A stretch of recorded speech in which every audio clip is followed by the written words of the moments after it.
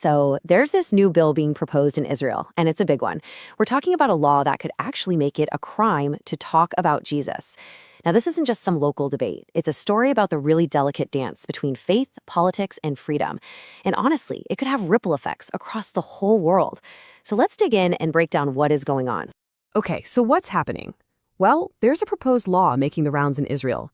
And believe me, it is getting a ton of attention from communities everywhere. And it all centers on one very specific act: sharing your faith with someone else. So get this, the big headline-grabbing part of this whole thing is a penalty. I mean, could you really go to prison for a year just for talking about Jesus? That's the question on everyone's mind, and it's exactly what this new law is proposing. All right, let's break this down. What is this bill actually about? What does it say, and who is it really aimed at? The bill comes from two ultra-Orthodox members of the Knesset, that's Israel's parliament. And their goal is pretty straightforward. They want to ban evangelism. But here's the thing. We're not just talking about street corner preaching. This would cover everything. A private conversation, something you post online, even sending a letter. The text of the bill is apparently so direct that it essentially tells Christians to just stop sharing their faith. And when we talk about punishments, they are not messing around. They're super specific.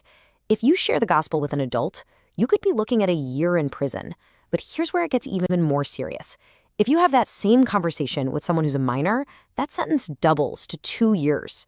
It's pretty clear they're focused on preventing what they see as unwanted proselytizing, especially when it comes to young people. So you might be wondering, how does a bill this controversial even get off the ground?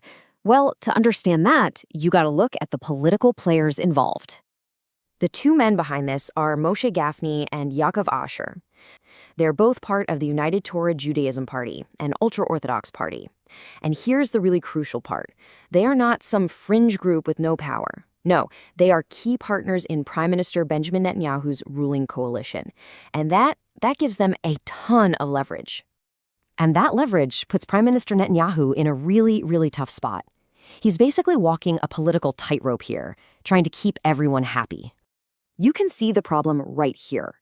On one side, he absolutely needs the United Torah Judaism Party. Without them, his government, his coalition, could just collapse. But on the other side, Netanyahu has spent years, decades even, building a strong friendship with evangelical Christians. They're some of Israel's most important international supporters. Plus, he's always presented himself as a champion of free speech. So what do you do? And, this isn't just a political headache for him at home. The bill has sent shockwaves around the world, especially within that global Christian community he's worked so hard to build alliances with. To really get why the reaction is so strong, you have to know this isn't a brand new idea. One of the same politicians, Moshe Gafni, tried to pass a similar ban way back in 1999. It failed. So what's different now? Well, today, his party is in a much, much stronger position to negotiate. They just have more power this time around. Let's talk numbers for a second, just to put this in perspective.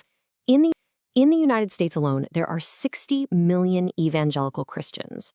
That is a massive, politically powerful group, and you better believe they are watching what happens here very, very closely.